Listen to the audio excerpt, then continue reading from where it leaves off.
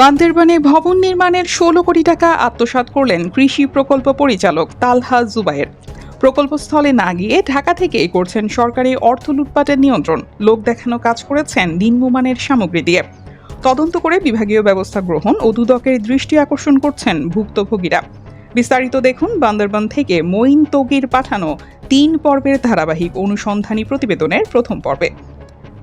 বান্দরবানের বালাঘাট এলাকায় কৃষি সম্প্রসারণ অধিদপ্তরের নিয়ন্ত্রিত হর্টিকালচার সেন্টারে 4তলা ল্যাবরেটরি কাম অফিস ভবন নির্মাণে প্রায় ১৬ কোটি ৪৬ লাখ টাকা ব্যয়ের বিপরীতে ব্যাপক অনিয়ম, দুর্নীতি ও অর্থ আত্মসাতের অভিযোগ উঠেছে। প্রকল্পটির কাজের মান, ব্যয়ের অস্বাভাবিকতা এবং তদারকির দুর্বলতা নিয়ে স্থানীয়দের মধ্যে ক্ষোভ বাড়ছে।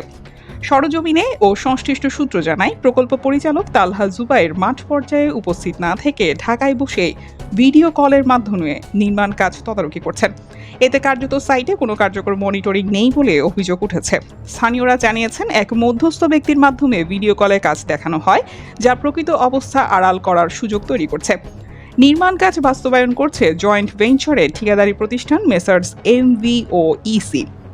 শ্রমিক ও সংশ্লিষ্টদের ভাষ্য, ঠিকাদারি প্রতিষ্ঠানের সরবরাহ করা নিম্নমানের উপকরণ দিয়ে কাজ করতে হচ্ছে তাদের। ফলে শুরু থেকেই নির্মাণ মান নিয়ে প্রশ্ন তৈরি হয়েছে। স্থানীয় সূত্র জানায়, ভবনের বিভিন্ন অংশে নিম্নমানের ইট, বালি, খোয়া ও পাথর ব্যবহার করা হচ্ছে।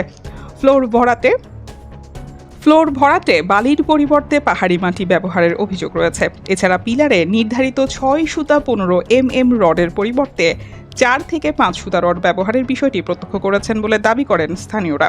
এতে ভবনের স্থায়িত্ব নিয়েও শঙ্কা দেখা দিয়েছে। সূত্র জানায়, নির্মাণ কাজে বাধ্যতামূলক ল্যাব টেস্ট ও মান যাচাই যথাযথভাবে করা হয়নি। নকশা অনুযায়ী ৪১ দিন লোড টেস্ট করার কথা থাকলেও তা বাস্তবে অনুসরণ করা হয়নি বলে অভিযোগ রয়েছে।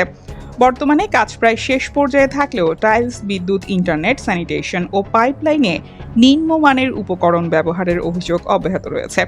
স্থানীয় ঠিকাদারদের একাংশ জানিয়েছেন, এই ধরনের 4তলা ভবনের নির্মাণ ব্যয় ৭ থেকে ৮ কোটি টাকার মধ্যে সীমাবদ্ধ থাকার কথা।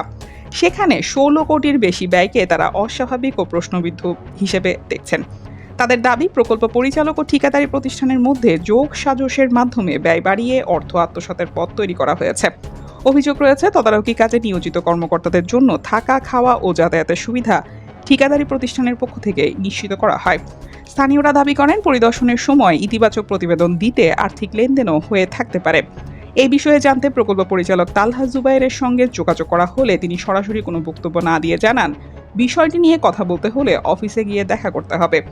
কৃষি সম্প্রসারণ অধিদপ্তরের সূত্র জানায়, প্রকল্পটি ২০২৪ সালের ৫ ডিসেম্বর কার্যাদেশ পায় এবং ২০২৬ সালের জুনের মধ্যে কাজ শেষ হওয়ার কথা রয়েছে।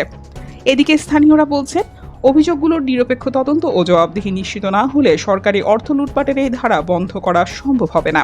তারা দ্রুত বিভাগীয় ব্যবস্থা গ্রহণ এবং দুর্নীতি দমন কমিশনের হস্তক্ষেপ কামনা করেছেন। দর্শক, পরবর্তী পর্বে থাকছে আরও বিস্তারিত। চোখ রাখুন অগ্রযাত্রা প্রতিদিনে।